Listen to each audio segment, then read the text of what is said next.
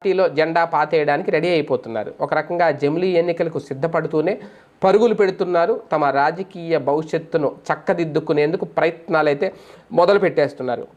వైసీపీలో అవంతి శ్రీనివాస్ రాజీనామా చేసిన, గంధి శ్రీనివాస్ రాజీనామా చేసిన, ఎందుకంటే ఇంకా నిజంగా 2027 ఎన్నికలు వచ్చేస్తే అప్పటికప్పుడు పార్టీ మారాలి అంటే అప్పుడు ముందు ప్లేసు ఉండదు, ఆ పార్టీలో స్పేసు ఉండదు.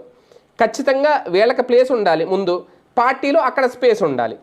ఆ రెండూ లేకపోతే 2027 ఎన్నికలు వచ్చేటప్పుడు మళ్ళీ వీళ్ళు అయోమయం చూపులు చూడాలి తప్ప అంతకుమించి ఏమి ఉండదు. అందుకని ముందే ఏదంటారు చూడండి, దీపం ఉన్నప్పుడే ఇల్లు చక్కబెట్టుకోవాలని ఇప్పుడే రెడీ అయిపోతున్నారు ఈ నేపథ్యంలో. ఎందుకంటే రెండు అంశాలు ప్రధానంగా జమిలీ ఎన్నికలకు ముందే 2020 నాటికి పార్లమెంటు సీట్ల పునర్వ్యవస్థీకరణ ఉంటుంది.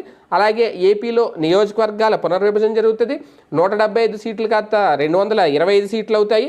అలాగే 10 ఎన్నో ఆంధ్రప్రదేశ్లో పార్లమెంటు స్థానాలు కూడా పెరుగుతాయి. ఖచ్చితంగా పెరిగినప్పుడు ముందుగా అక్కడ కర్చీఫ్ వేసి పెట్టుకోవాలి.